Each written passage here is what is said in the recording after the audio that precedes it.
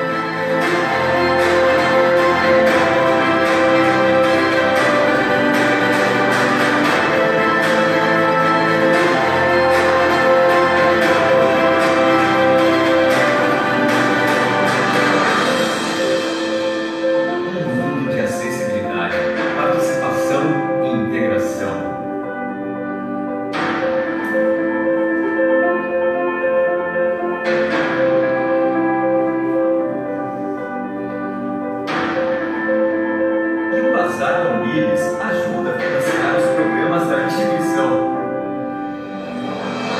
No seu centenário, a Unides tem um centro cultural.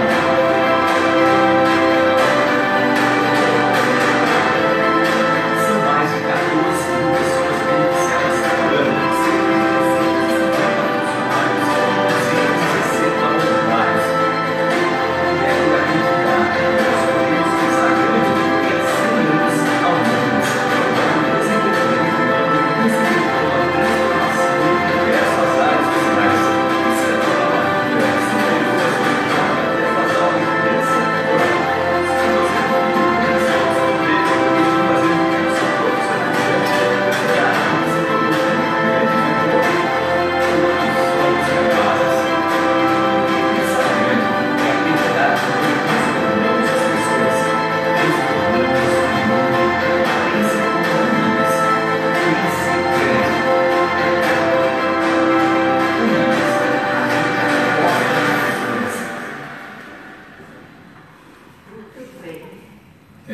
O Museu Judaico é um grande parceiro nosso e sempre quando surge uma demanda deles, a gente tenta olhar com a maior atenção e carinho. Dessa vez foi um prazer enorme porque tivemos duas artistas plásticas, Eva e Fanny, que nos apresentaram um desafio que era a ressignificação do espaço urbano a partir do muro do tapume que está sendo provisoriamente colocado na frente da construção do museu. E esse diálogo entre nossas duas organizações em refletir o espaço urbano, seja esse espaço urbano tão consolidado pelos concretos e pela arquitetura, ou esses espaços intangíveis, imateriais e simbólicos que a cidade vem construindo. E para nós, então, repensarmos esses diálogos, repensarmos essas significações e podemos ter duas pessoas com essa sagacidade criativa e apaixonada, sempre é um prazer enorme. E evidentemente isso se estende aos convidados dessa noite. Então queria agradecer imensamente a vocês todos, muito obrigado, e aos corajosos que puderam percorrer a cidade nessa chuva. Obrigado.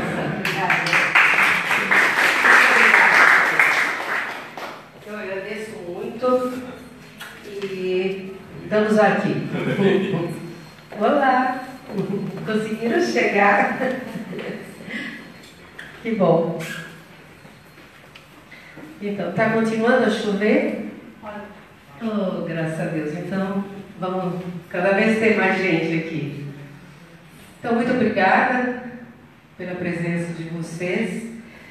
Nós vamos começar esse debate apresentando o vídeo que está embaixo também, mostrando as 3 instalações que estão acontecendo na Virgílio Carvalho Pinto, na frente do Museu Judaico, na rua Martinho Prado, nas ruas cheio de lambe-lambe, e aí essa é a primeira parte.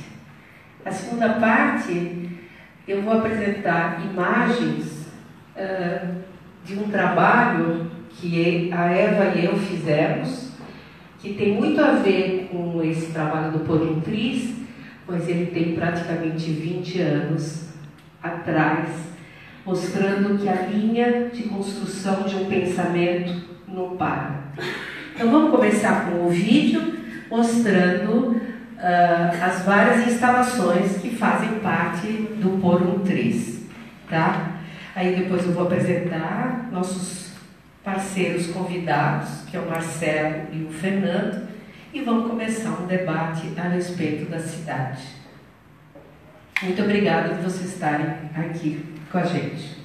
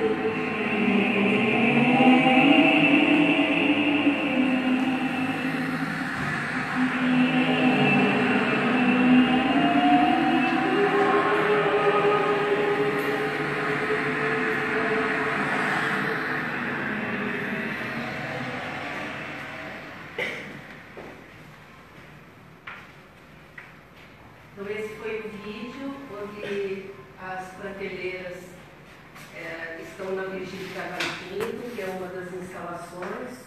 O cachorro... Desculpe. O cachorro, escrito por Tris, está nas ruas que vão no caminho entre a Virgílio e o Museu Judaico. Então, na Teodoro Sampaio, na Doutor Arnaldo, Peixoto Gomide, Baixo Augusta, vocês podem ver, às vezes, um resto, hoje em dia, dessas imagens, desses grafites, que são serigrafias. Mas elas estão o tempo todo sendo sobrepostas com outras colagens.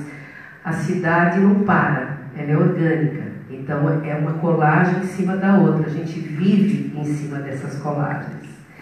E no Museu Judaico, no tapume, vocês viram, você olha e ouve esse som de coral judaico russo, mas ao mesmo tempo tem um cachorro bravo que pode ser que vai morder, por um tris, a gente nunca sabe quando o cachorro está para atacar, mas tem um coral e a gente olhando pelo buraco a gente vai ver uma porta lindíssima, que é a porta central da sinagoga Betel, que iniciou-se em 1930, e lá existe um anjo recebendo as pessoas para dentro da sinagoga.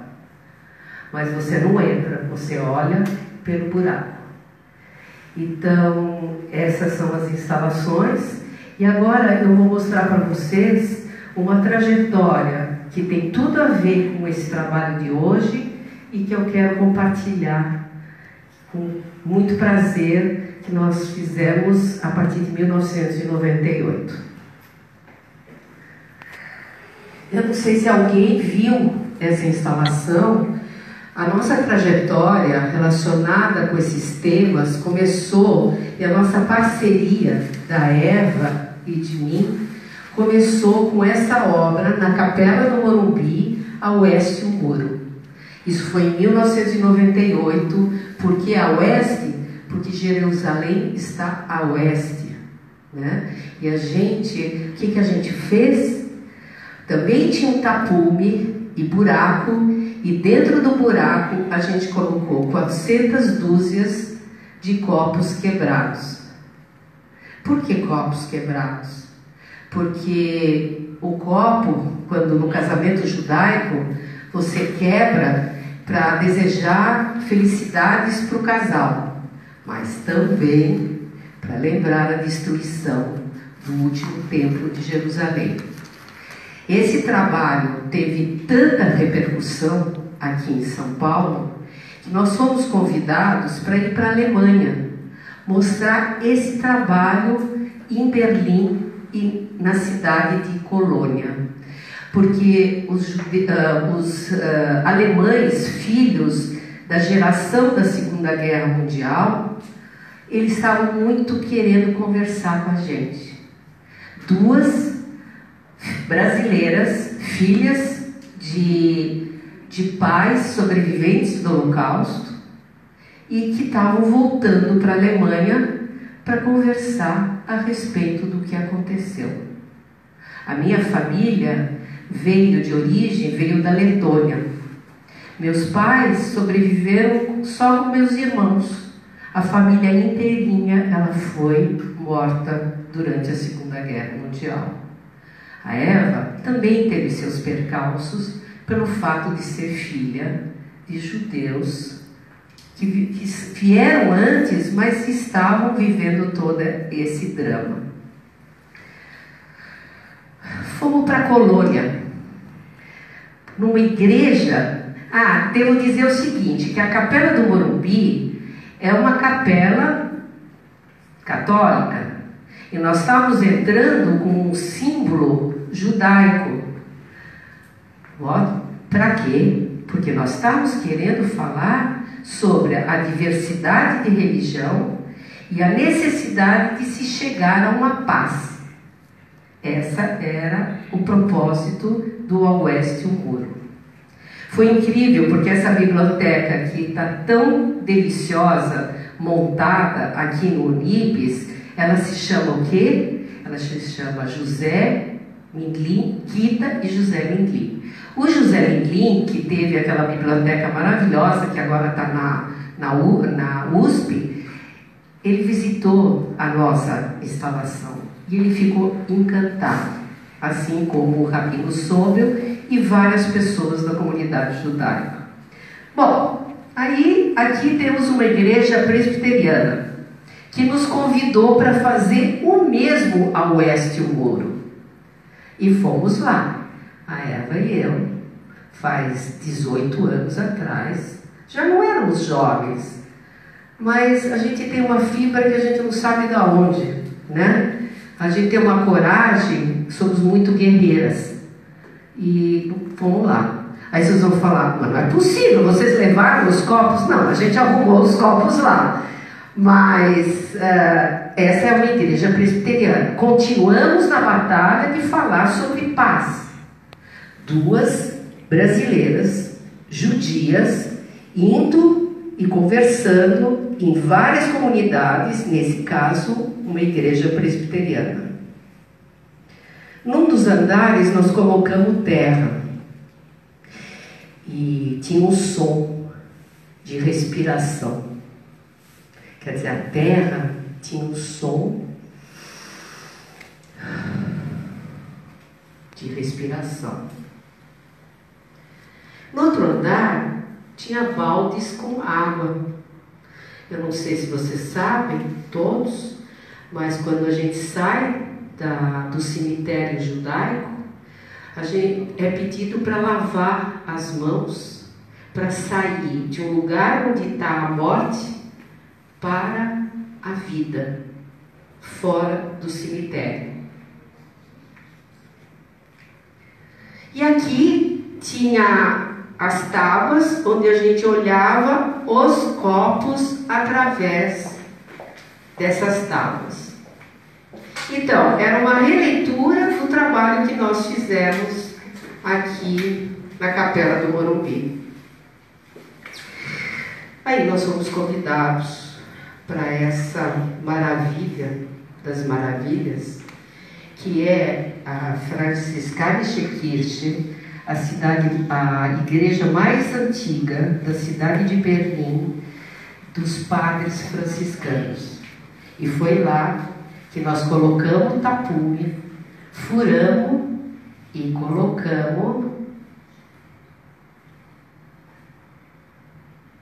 400 dúzias, mais ou menos, de copos quebrados. É uma casca da igreja gótica dos padres franciscanos. E esse, eu acho que aqui, eu acho que mais do que em Colônia, foi uma loucura o que aconteceu, em termos de resposta do nosso trabalho. Teve rádio, teve televisão, teve muita conversa sobre esse trabalho. E aqui o que é? Ela é uma arte pública, porque essa lindeza que está aí, que tem a cidade para trás, ela está aí na cidade. E a gente construiu uma obra respeitando essa outra obra maravilhosa do século XVI, por aí, né? 15. Isso foi no ano 2000, tá? Aí a gente pula para 2016. Dizem, né? O Borges fala, o escritor, né? Que a gente sempre está escrevendo o mesmo livro. E é impressionante, ó, fico emocionada, né? Quanta coisa eu vivi, quantas perdas nesse tempo, a Eva também, mas estamos aí. E de repente foi só a gente se juntar e começou a surgir esse projeto novamente. Então é isso, é o que temos, né?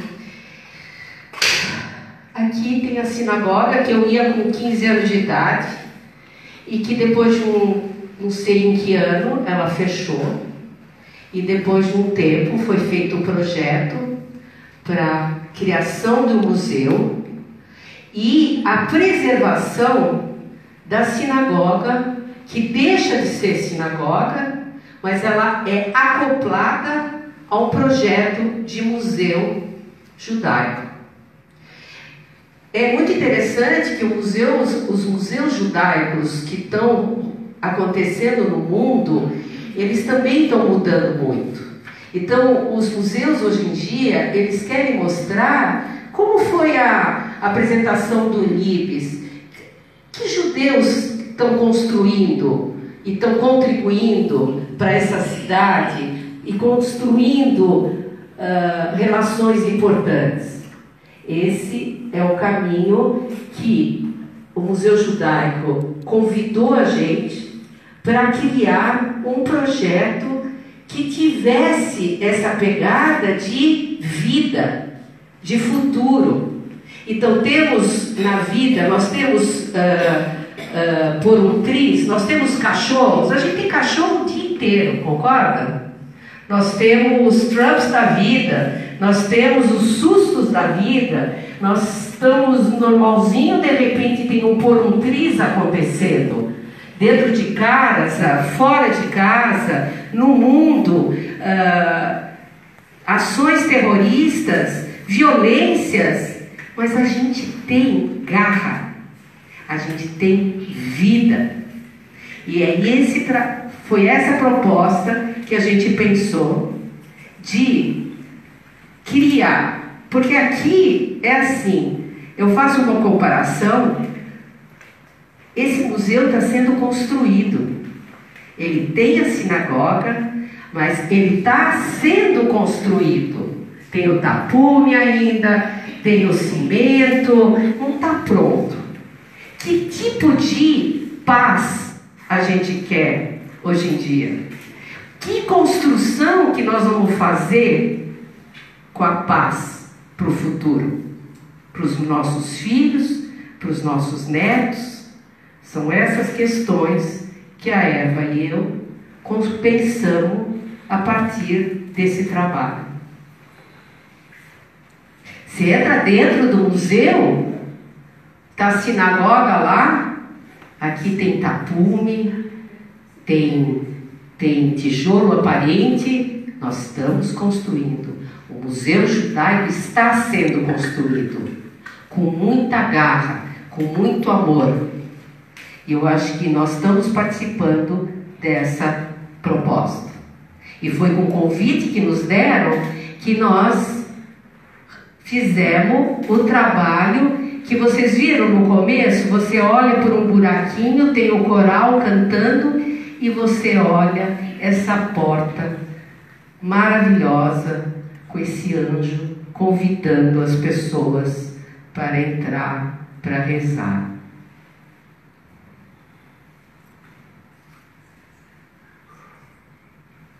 A cidade é isso. Ela tem arames, ela tem muros, ela tem porventriz, mas nós estamos aqui todos construindo o futuro.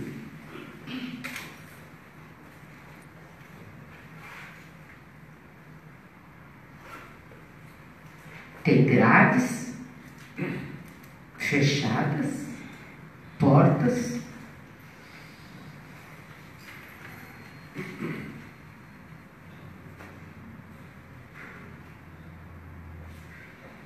tem muita fumaça, muito estranhamento, muito som estranho.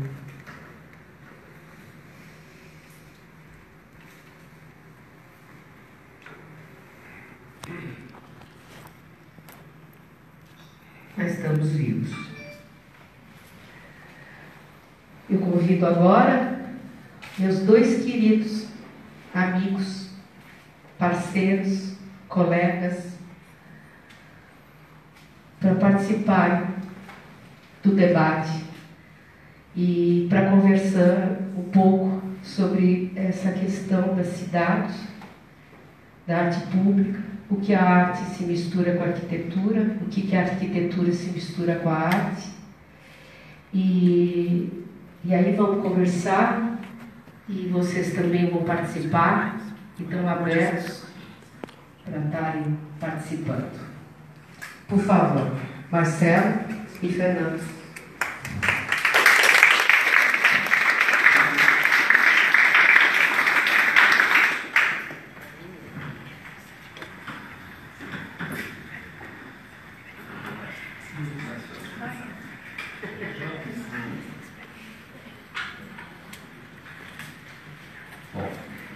Obrigado pelo convite, Fá, Iris. Eu queria começar falando um pouquinho que eu discordo da Fá. Então... eu estou brincando, Fá, de leve só. Assim, eu acho concordo com tudo que foi mostrado e eu acho que a abordagem é muito interessante, mas o que eu discordo é que a cidade é aquilo que você falou uma hora, isso é a cidade, né? Que é o Lambi do Puruntriz e o Arame Farpado. Eu acho que aquilo também é a cidade, mas onde a gente está aqui é a cidade, né? Tudo é a cidade. Então, eu acho que é um equívoco a gente encarar a cidade como o lugar do trânsito, onde a gente anda, onde tem o muro, as grades. Isso é o sistema circulatório da cidade, né? Mas a mesma coisa que falar que você são suas veias, né? Não é isso.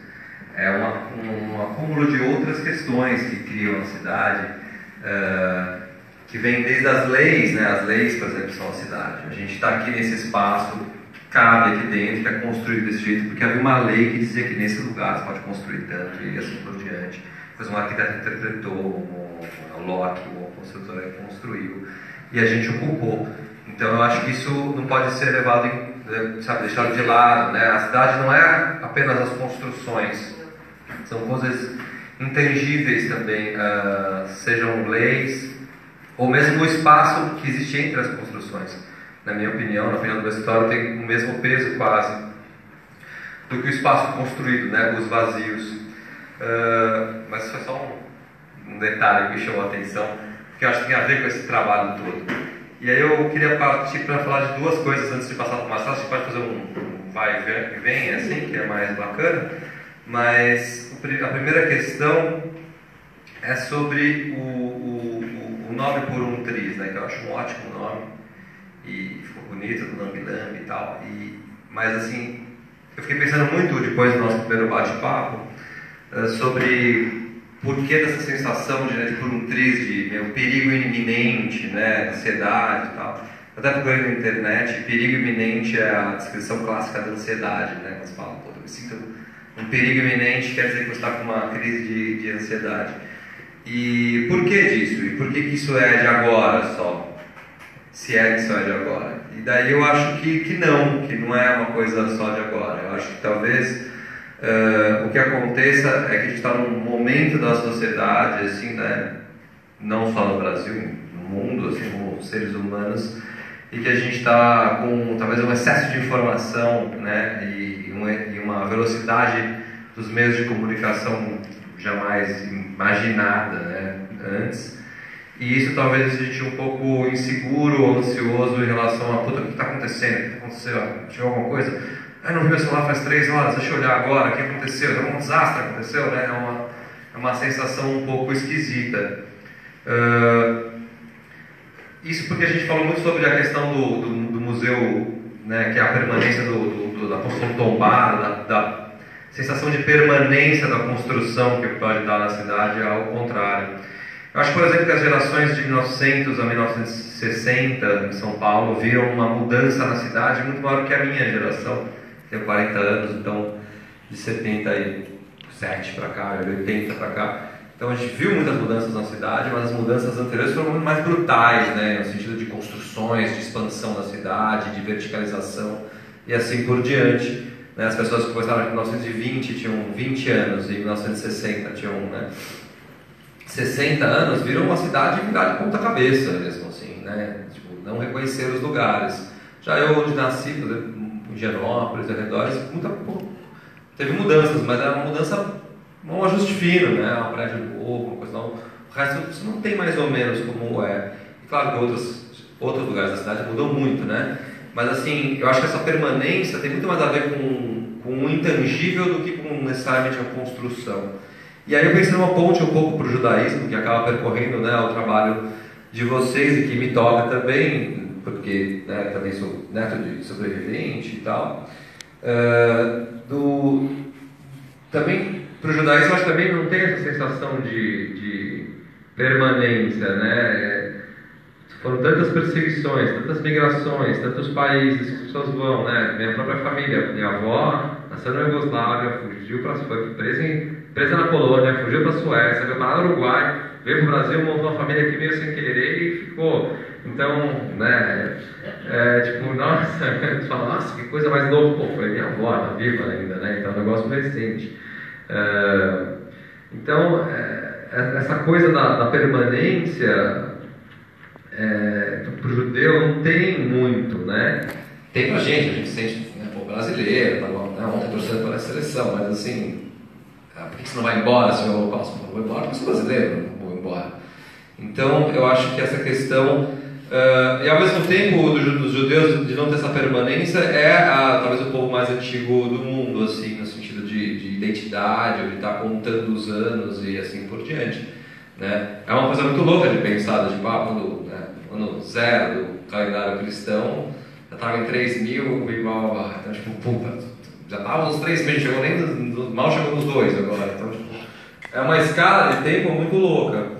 Então, se você pode mudar toda hora, perseguido, morto, e mantém essa sensação de identidade, o que é que dá essa sensação? São as tradições?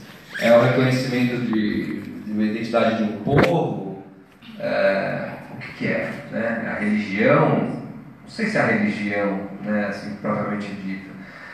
Enfim, acho que coloquei isso mais para a gente pensar, mais pelo aspecto da mudança do medo e por que isso agora é tão assustador assim. Para terminar agora, antes de passar para o Marcelo, eu queria falar um pouco do formato dessa exposição de vocês, que eu acho uma das coisas mais interessantes. Eu achei tudo muito bonito, mas o que eu acho interessante do formato é que vocês usaram meio que a cidade de fato como uma tela, né? Porque a cidade, voltando ao que eu comecei a falar agora no discurso, porque vocês entenderam a cidade de fato como além do percurso, né? Como as pessoas encaram. A gente fez esse percurso juntos, né, os três, e a gente parte, e esse Marcelo que chamou a atenção, que eu acho muito adequadamente, de uma instalação que é um tanto surreal, né? Quase um outro universo, está lá, meio assustador, meio confuso e tal, das prateleiras que se movem, te dão um susto, um barulho meio que você não sabe o que é, e da fumaça, de uma luz meio etérea, assim. É um lugar que eu acho agradável, na verdade. Acho que as pessoas devem achar meio ruim de ficar dentro, mas você está meio perdido ali e tal, como se fosse um outro planeta, mas que por sua vez está dentro de uma casinha, numa vilazinha bucólica, que por sua vez está do lado o Cardeal Arco Verde, que é puta alto tráfego, todo mundo passa por lá, conhece e tal. Então, como se fosse um segredo de uma caixinha dentro de uma caixinha de uma caixinha, assim. Então, você está no lugar que é a cidade, mas é super privado, né? Porque é uma rua, uma viela, então, tipo, dentro de uma sala, dentro de uma casa, dentro de uma viela, dentro de uma rua, ao lado de uma avenida. Então, essa coisa, assim, eu acho interessante. Aí sai de lá e os Lambilambes fazem meio que um percurso usando a cidade como tela propriamente dita, né? Colado nos muros, nos portões, nos postes. E o porquê dos Lambilambes podia ser grafite, podia ser, sei lá, uma série de coisas a serem aplicadas na cidade, mas o Lambilambe tem uma coisa tátil, né? Tem uma coisa histórica também, um modo de propagandear coisas que é muito antigo e muito legal, né? Acho que todo mundo gosta desse negócio.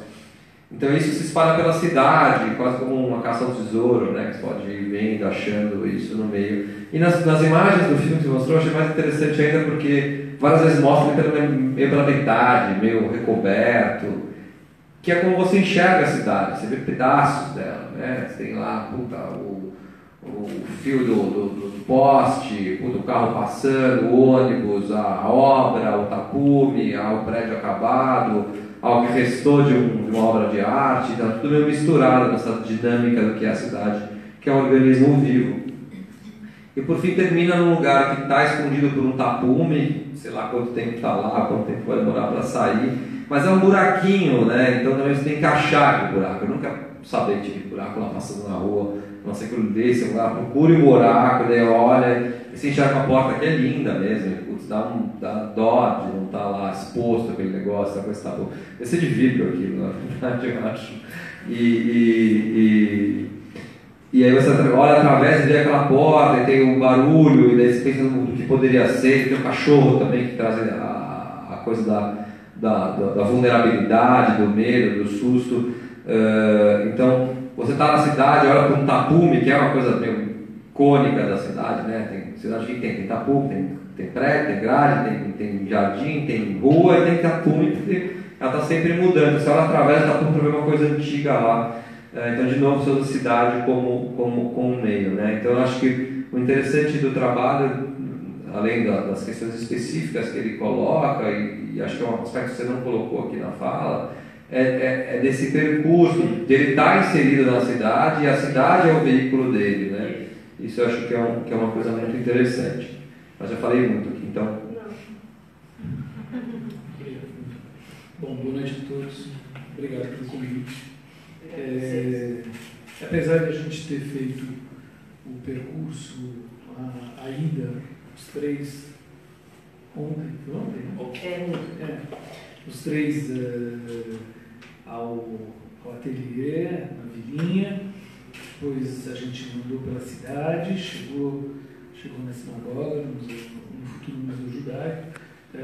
A gente acaba, quando vê de novo aqui você falando, a gente tem é muito forte isso, né? Eu achei muito legal, eu não tinha visto, você tinha me falado da instalação que vocês fizeram em Colônia, em Berlim, e ver as fotos também emociona bastante, né? A gente acaba compreendendo essa dimensão que o artista deposita na sua obra, né? Aí de repente você convida, a gente dá aula junto no Mackenzie, se encontra na sala dos professores, é muito prazeroso, e tem muita gente para conversar lá, a gente conversa bastante. Então você convida dois arquitetos para conversar, para bater um papo, para visitar a obra de vocês, depois comentar a obra de vocês. Acho muito forte isso. O Fernando começa falando sobre a cidade, as coisas que existem na cidade, né? A nossa formação, a formação do arquiteto, ela é muito normativa. Ela segue regras, leis de uso, ocupação do solo, uma série de questões. E cabe ao artista, o artista que intervém na cidade, desmontar um pouco essa coisa tão normativa, né? O artista é transgressor, o artista coloca a coisa de uma maneira aberta, escancarada, coloca o copo quebrado, coloca o furo no tapume, né? Ele faz a gente ver uma outra cidade. Eu às vezes falo com meus alunos, dou aula no trabalho final da graduação, e às vezes a gente se depara com algumas problemáticas da cidade.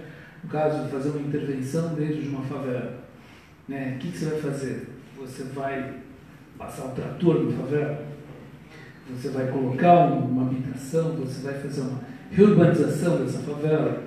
Se a gente olha pelo olhar normativo do arquiteto, do que a gente pretensamente aprende na faculdade, a gente destruiria essa favela, esse espaço criado, que é muito rico, que tem memórias, que tem proximidades, que tem vizinhança, que tem uma série de coisas. Porque é pobre, tem muitos problemas, mas é muito rico. É o olhar do artista transgressor, é o único olhar que pode levar um arquiteto a penetrar nesse espaço com calma, com olhar transgressor e tentar fazer uma proposta, né? Então eu acho que a coisa mais legal do trabalho em geral do artista que intervém na cidade, no espaço público da cidade, e que a gente está aqui conversando sobre isso, é esse olhar transgressor, porque a gente vai aprender com isso, né? O arquiteto tem que descer do trono, porque a gente, o arquiteto, determina as coisas da cidade, né? E olhar para os artistas do que eles falam, né? E aí a gente vai ter mais singeleza e mais propriedade quando a gente intervir em alguns espaços da cidade, né? Então, esse percurso que a gente fez ontem foi tão legal, né? Porque a gente acabou saindo realmente de Pinheiros, de um espaço confinado, de uma instalação muito forte. Não sei, vocês viram aqui o filme, mas a sensação de estar lá dentro é uma sensação de quase desequilíbrio, né? As prateleiras mexem, tem uma atmosfera inebriada, você se sente instável, né? E ontem, antes de ir para isso, eu e minha esposa, a gente tinha ido minha esposa e meu filho, visitando aqui. A gente tinha ido na Bienal, em Certeza Viva, coisas fantásticas que a gente viu lá, né? E esse nome, Certeza Viva, dentro do momento que a gente está vivendo hoje, o que se apresenta aí da intolerância, dessas políticas segregacionistas e que tem, por exemplo, está se apresentando nos Estados Unidos, na Europa, a gente fica com muito receio. É uma incerteza. Mas, ao mesmo tempo, a gente vê o nome do teu trabalho. Por um triz, do trabalho de vocês duas, por um triz. Eu também pensei em procurar no dicionário o que é o triz, né? Eu falava por um triz quando uma coisa quase me acontecia e não pegou, não bateu. Então, eu acho que por um triz também é uma palavra de esperança. Ela é fundamentalmente uma palavra de esperança. É uma palavra de que a gente... Não, eu não falo aqui. É uma palavra que a gente ouve que podia ter acontecido, mas não aconteceu. Então, eu acho que a coisa mais legal desse trabalho é a gente sentir uma atmosfera, sentir aquele espaço claustrofóbico que remete a gente a uma série de sensações, porque ele é confinado, ele é inebriante, ele tem ruído, ele para, ele mexe, você se sente perdido. Aí você sai na rua, você depara com a cidade, né, e suas idiosincrasias, o cachorro que late, que tem vários significados, né? O cachorro bravo, é o medo, também a esperança. E a gente chega na sinagoga, no olhar, e também revela hoje a obra de vocês pregressa. 20 anos atrás vocês já estavam pensando nisso. É uma coisa, então, a gente pensa que na virada do século, depois do 2000, esse mundão ele ia melhorar, ele ia ter mais paz. A tecnologia ia fazer a gente refletir melhor sobre as nossas questões, sobre a nossa vida. E eu li no jornal ontem, o Facebook está fazendo meia-culpa de ele ter divulgado mensagens falsas e de uma maneira ou de outra ele ter sido responsável, uma certa parcela, pelo que aconteceu da vitória do candidato. Eu não sei se dá para chamar de republicano, supremacista. Então a gente vê isso, né? Então a gente esperava que na virada do século as coisas voltaram. Parecia, estava até brincando, parece banco imobiliário, né? A gente está avançando, de repente tira aquele dadinho, cai naquela casa e volta 20 casas para trás. A gente voltou para o século passado, né? Com coisas tão complicadas, e a gente realmente está na questão da incerteza. Mas eu acho que o artista tem essa coisa de deixar a gente, por um triz não vai acontecer, vai depender da gente. Com certeza. Vai depender de vocês, artistas, né? Então, é interessante tudo isso que você colocou, e o Fernando também, e uma coisa que é importante, realmente, tanto a Eva e eu trabalhamos muito tendo como cenário a cidade. Eu concordo com você, Fê, que não é só o muro ou o arame, né? A cidade é o palco para nós fazermos nossos trabalhos. Então, entre o ano 2000 e 2006, nós criamos e participamos de um grupo muito importante chamado Grupo Casa Blindada, que justamente nós trabalhamos tendo como cenário a cidade. Porque realmente, assim, tanto a Eva como eu, existe uma fascinação, é um grande palco para se trabalhar. Então é o muro, são as casas. Então a gente fez sobre os moradores sem teto na antiga Secretaria de Cultura. Eu não sei se vocês lembram, o Fê talvez não vai lembrar, era uma construção comercial quase chegando no Largo São Francisco.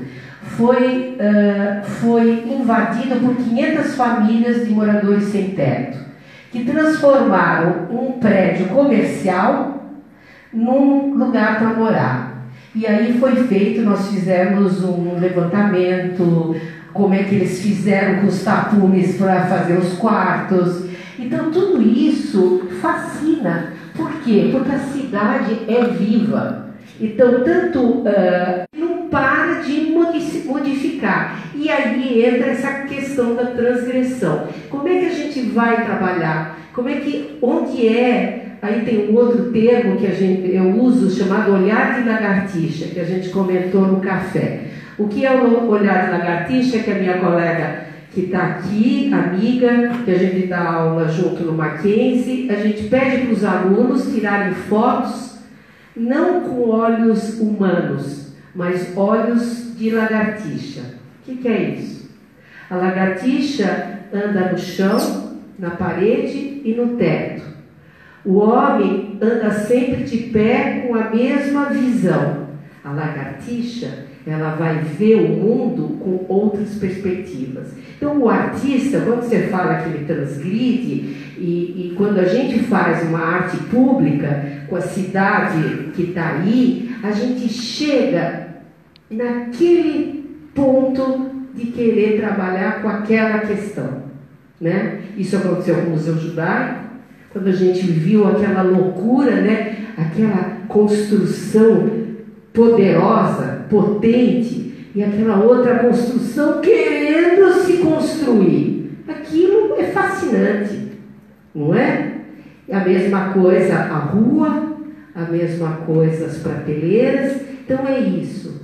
A gente fala, transgride, outra vez fala, e é isso que a gente trabalha.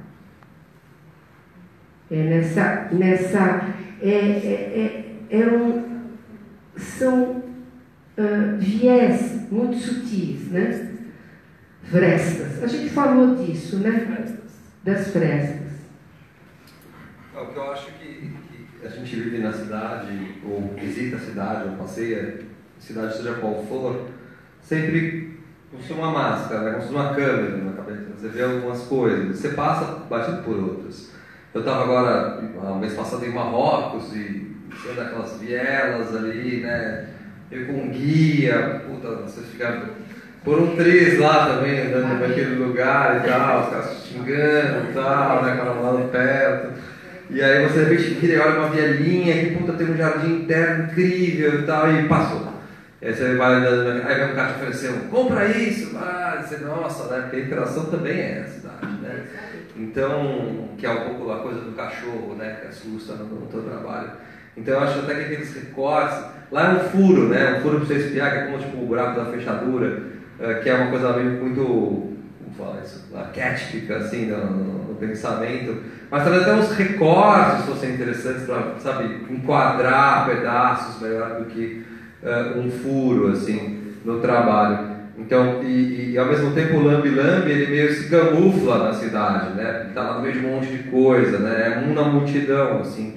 Se camufla, até aqui algumas coisas, camufla, mimetiza, percurso, enfim, ele já é ao contrário do buraco que mostra uma coisa precisa, ao contrário das estantes que estão lá, você entra no lugar controlado, tem uma menina que abre e fecha a porta, você tem uma experiência sensorial. O lambe-lambe não, ele está lá no meio da cidade, você vai ter, vi isso e vai embora. Eu lembro sempre de um trabalho de um grafiteiro que tem chamado Treco Farcas, um filho do Farcas, do neto do Farcas, fotógrafo e tal, que faz umas pinturas pela cidade, fez um escritório anos depois, e eu sempre eu gostava de fotografar com o celular, tinha minha coleçãozinha particular, que era mais uma brincadeira de caça do tesouro, né? Achei uma nova, essa aqui eu não tinha, tal, eu fiz um álbum no meu celular. E ele sempre fazia esse trabalho em caixas de semáforo. Sabe o que são caixas de semáforo? Tem umas caixas de metal, assim, em algumas esquinas que controlam os semáforos. Mas aí eu brincava com minha ex-namorada, você já viu caixa de semáforo? Não, o que é isso? Eu falei, olha ali naquele negócio. Ela, aquilo lá, você já viu isso antes? Não. Você nunca viu isso? Você gosta de estar em todas as esquinas, sei lá, tem 3 por quarteirão. Nunca prestou atenção, tinha 35 anos. Aí o artista chamou a atenção daquilo. Aí eu comecei a brincar, vamos contar as caixas de semáforo até a sua casa. Eu vi 30, eu vi 12, sabe? Então, é um negócio tão constante, está tão ali, que você não enxerga mais. Você enxerga por um olhar determinado. A brincadeira de achar as caixas de semáforo poderia ser de achar o lambe-lambe X, ou o recorte de achar um lugar interessante da cidade, ou ver determinada coisa. Você não consegue aprender o todo, né? É muito complexo. Não, e eu acho que isso que fascina, né? Eu não sei se vocês viram o lambe-lambe, porque às vezes o cachorro estava em cima de um desenho erótico. de uma mulher se masturbando. Em cima tem um cachorro, depois está escrito saudade por um triz.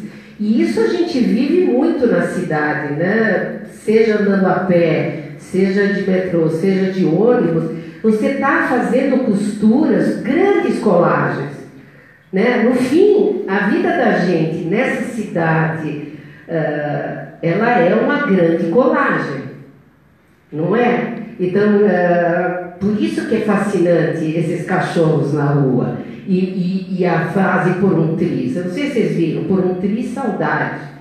Eu tenho saudade por um triz.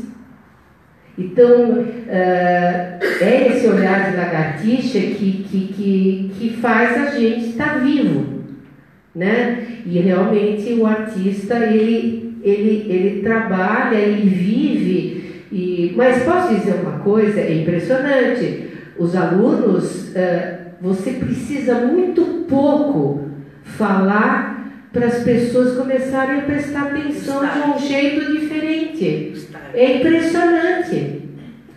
Nós fizemos uma exposição dentro do Mackenzie e tinha um aluno falando assim, sabe, eu achei que esse trabalho de tirar fotos com olhar de lagartixa ia ser mais um trabalho. Eu estou levando isso para a vida. E é isso. Esse dá o grande prazer para a gente mostrar que é pouquinho, né? É pouquinho. É muito. É pouquinho e é muito. É muito. É legal. Lá pelas tantas, dentro do Mackenzie, a gente montou um curso que era Intervenções na Metrópole Contemporânea. E eu dei aula junto com o Lucas, a gente levava uma série de artistas para dar aula para os arquitetos. Era um pouco para defender isso. Vocês precisam mostrar a visão de vocês para os arquitetos. E avisava para os alunos, vocês não vão ser artistas, vocês vão aprender a olhar com o olho do artista quando for necessário para vocês poderem fazer uma arquitetura viável. Então a gente levava cineasta, eu fui lá. Você foi lá? Então, você foi lá. Para falar da Casa Blindada e dos projetos. Pessoas de teatro, artistas plásticos, e foi super rico. A geração que fez o curso foi diferente. Foi quase um teste isso, né? Vamos fazer uma experiência. E foi muito, muito legal.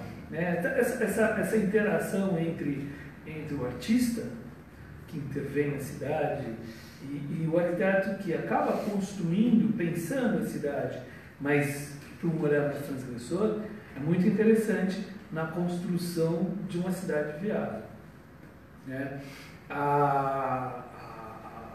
O percurso, que é uma outra questão que a gente conversou muito, né? Acho que é muito interessante no trabalho de vocês, né? Esse percurso, além do caminhar, de ter sensações diferentes em vários locais. E essas sensações remetem a outros tempos, a outros lugares.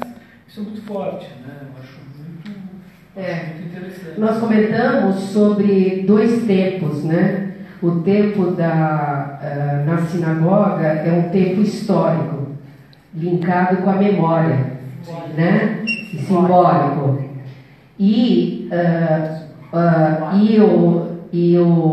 Na Virgílio é um não tempo, né? É um tempo esvaziado. Então, isso também é interessante porque a gente fala de vários tempos diferentes, né? E quando você fala que você convidou várias pessoas para virem e para os jovens estudantes da arquitetura começarem a ver o que um cineasta, o que um músico ou que um artista plástico, isso está relacionado com um grande desafio que eu acho que é o desafio da nossa vida, da interdisciplinariedade. Porque o que mata a gente é ficar no nosso território. O que vai alimentar o mundo é a diversidade.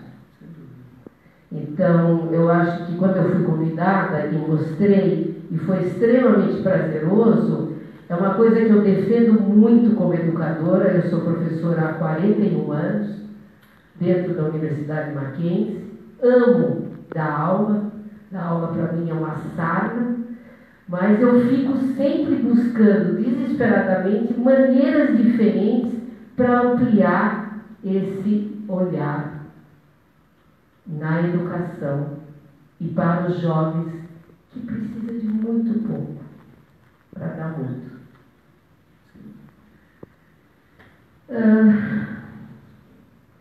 Vamos abrir a discussão. Se muita gente se inscreveu, mas com a chuva foi difícil. Queria saber se alguém gostaria de fazer uma pergunta, seja para mim, seja para o Marcelo, para o Fernando, a área que vocês quiserem, na interdisciplinariedade. Eu quero. Vamos lá. Não é esse de microfone. Não? Acho que é para os dois. Você falando da caixa do semáforo, eu lembrei do Pokémon GO, né? Assim, Eu também. como assim, acho que essa nova geração do virtual, isso vai valer? Será que essa cidade que a gente está discutindo aqui, ela vai valer tanto ou essa cidade vai se transformar muito? É meio viagem, né, essa pergunta. Mas, assim, o quanto que essa cidade a gente está valorizando e que o artista está fazendo a gente se coçar e olhar, e o quanto que, de repente, essa outra cidade com o óculos do Google e todas essas coisas virtuais entrando não vão tornar isso um cenário mais distante. Olha, eu não tinha pensado no Pokémon GO, mas achei uma ótima colocação aí.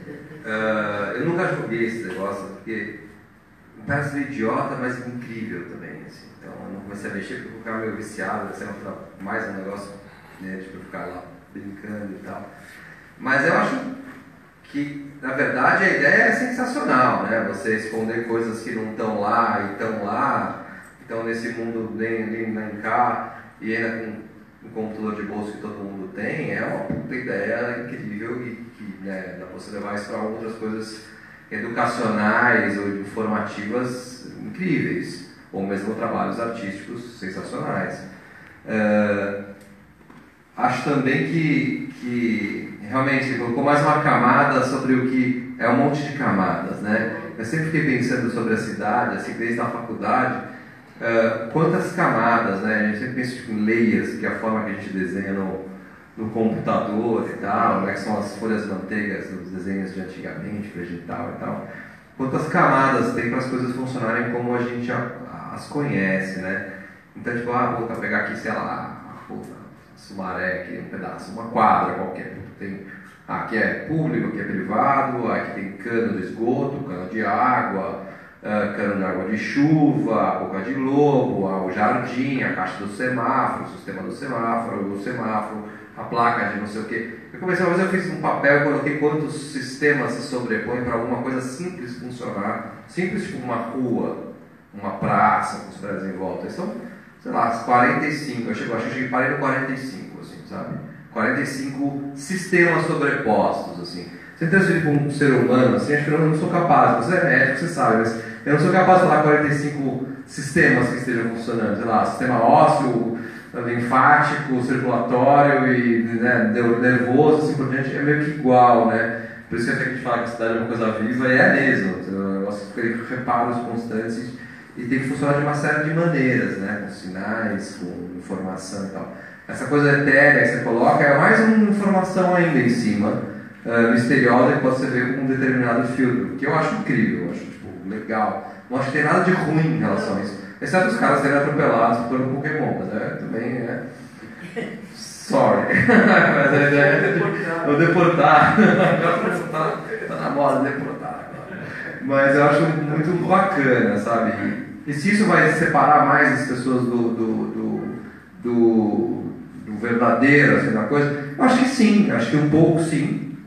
Eu acho que no primeiro momento, sim, vai fugir da realidade. Foge da realidade. Eu acho que sim, mas acho que volta também. Eu acho que seria incrível você ter um óculos book, você olha, por exemplo, uma praça e fala, puta, quem foi que fez essa praça? Você olha um prédio, está lá a informação de quem é o arquiteto, de que ano que é, ou uma imagem de como era quando não tinha, a casa que existia antes. Pode ser uma coisa muito enriquecedora também. Então, ao mesmo tempo que pode distanciar no primeiro momento, é uma ferramenta que talvez possa te aproximar da história que a gente vive todos os dias, sem nunca perceber, sabe? A gente não... olhar o nome de uma rua, Avenida Rebouças. Quem foi o senhor Rebouças? O que é isso, sabe?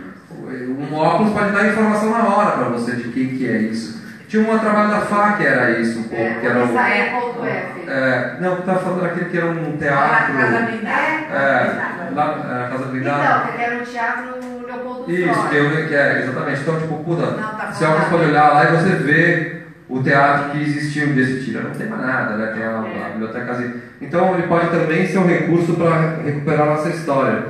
E claro que isso não pode ser o contrário do que está sendo feito lá do museu, onde era a sinagoga, que é preservar o patrimônio histórico. Realmente tem que ser feito. Intervenções têm que ser feitas com respeito e tal. Eu nem falo sobre essa que está sendo feita, que eu não tenho informações suficientes, mas assim, tem que se manter o histórico, mas tem que se renovar, para não ficar lá apodrecendo também, né? Então, puta, permite construir atrás, mas liga com isso, renova por dentro, mas mantém a história e volta para frente. E talvez isso ajude a dar aquela sensação de que as coisas estão pouco ainda como deveriam e não tudo destruído e refeito. É por isso que esse museu não é um museu de memória, é um museu vivo. Um museu vivo. É isso aí. Eu acho muito bacana. Mas acho importante manter aquele formato que existia, que faz parte da... Eu nunca entrei, mas faz parte da minha... do Shabbat, da casa do meu avô, eu gosto. Não vai se mudar, mas tem uma parte que já está meio na frente do lado, lá que eu sinceramente não gostei. Que é a evolução lateral ali, entendeu? Bom, aí a gente já não tem. Não, é que assim, o objeto, né, ele tem uma força na memória afetiva das pessoas, passando do dia lá com essa criança. O negócio faz parte do seu imaginário, assim, né? Então, acho que tem que mexer, mas é como mexer é a questão. É um paradoxo, né? Exatamente. Se não quer falar mais, já foi. Não. Eu prefiro acho que passar para Tá, outra. Roberta. A Roberta é a nossa querida curadora do Museu Judaico e que nos convidou para fazer a intervenção sonora que nós realizamos. E ela está aqui. Muito obrigada, viu, Roberta? Eu estou com pouca voz e estava sentada no fundo, achei que vocês não iam me entender, por isso eu tive a ousadia de vir aqui para frente. A história do Pokémon GO, acho muito interessante o link que você fez. Eu vi muitos jovens andando pela rua com os amigos, jovens que saíram do sofá, que saíram da frente da televisão, com pais, com amigos, se apropriando de espaços que eles nunca se apropriaram. Então foram conhecer lugares.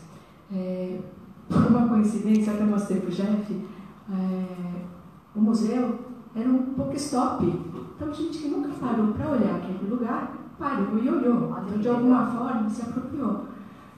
Eu vi várias galerias de arte que eram Pokéstops, que jamais alguém parou para olhar, obras de arte, esculturas. Então, acho que sim, teve um lado muito positivo de apropriação, que é o que elas estão querendo, chamar a atenção da cidade. Então, acho que esse é o primeiro ponto que eu sou super a favor que os jovens saíram do sofá. Segunda coisa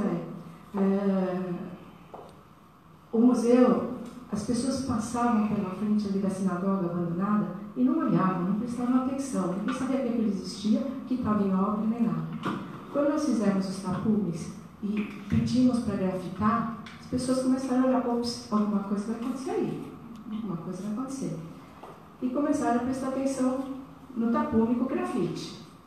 Só que isso também se incorporou à paisagem. Quando elas vieram com a proposta, olha, isso vai ser legal, porque isso vai dar uma segunda camada de olhar. Eu vou olhar além do tapume e começar a olhar para aquela porta. A porta ainda está fechada, mas um dia ela vai estar aberta. Mas faz você entrar e olhar. Entendeu? Então, o que estava abandonado passa a ter um novo olhar. Então, Quando elas me propuseram, olha, isso tem tudo a ver com o que a gente está pensando. Principalmente de ser uma coisa contemporânea, ligada à cidade, ligada ao centro, ligada à revitalização. Então, estamos falando a mesma linguagem. E um outro aspecto é, nós fomos uma sinagoga. Por um triz, como ela me coloca, aquilo lá podia vir abaixo. Mas por um triz, alguém salvou aquilo e está fazendo um museu. E quer o quê? Que seja uma mistura do antigo com o contemporâneo. Nós fomos uma sinagoga e temos uma parede de vidro que fala com a cidade, que fala com a avenida e que quer chamar as pessoas para dentro. Então, esse antigo com o moderno é proposital, é para ligar com a cidade, é para chamar a atenção das pessoas. E se aquele vídeo um pouco saltado te incomoda, que bom! A gente quer que as pessoas questionem mesmo. Entendeu? O Louvre tem isso. Por que não, né? Se o Louvre tem. E quem não Mas conhece a obra, isso- vocês estão convidados para conhecer a obra. Eu compartilho um pouco com o Fernando. Isso é capoete de arquiteto. Eu concordo com tudo que você falou. O vidro, a transparência de você olhar a cidade, da cidade olhar o interior do museu, o novo e o velho, está na Carta de Atenas, as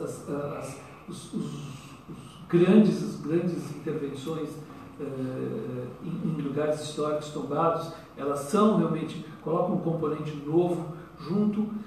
O capoete do arquiteto é que, para tudo isso, tem uma questão de escala, proporção e maneira como é feita. A gente não gostou muito do projeto. Tudo o resto que você falou é legal. Eu concordo com tudo. Tem uns projetos que chegam lá, tem outros que param um pouquinho antes. Mas o projeto foi premiado. Mas tem prêmios e prêmios, não acredito em todos os prêmios. Tem gente que fala, você foi premiado numa coisa tal, e aí... Marcelo, Foi premiado no Madrid. foi feita uma carta convite para 5 escritórios de arquitetura que já tinham trabalhado com museus e com centros culturais. Foi dado um programa para eles do que tinha que ser atendido e uma comissão feita por arquitetos, gente do Condefat, museólogos, artistas, né? Escolheu esse projeto. E aí depois coisa. Mas eu espero, vamos esperar estar pronto? Aí a gente mas estão todos convidados. Tá? Desculpa ter invadido aqui. Imagina, foi ótimo, foi ótimo. Eu acho que a tua colocação Foi precisa. Obrigada. Que mais, pessoal? Tem mais alguma pergunta? Os meus amiguinhos, meus coleguinhas queridos. Eu queria falar uma coisinha só sobre essas mudanças que a gente está falando na cidade, que acho que tem a ver com a questão da renovação do museu e tal, e do jogo, que as pessoas estão saindo na rua e tal. Eu acho que em São Paulo tem acontecido, nos últimos poucos anos, uma retomada do espaço público, na verdade. Assim, acho que isso é uma coisa recente e que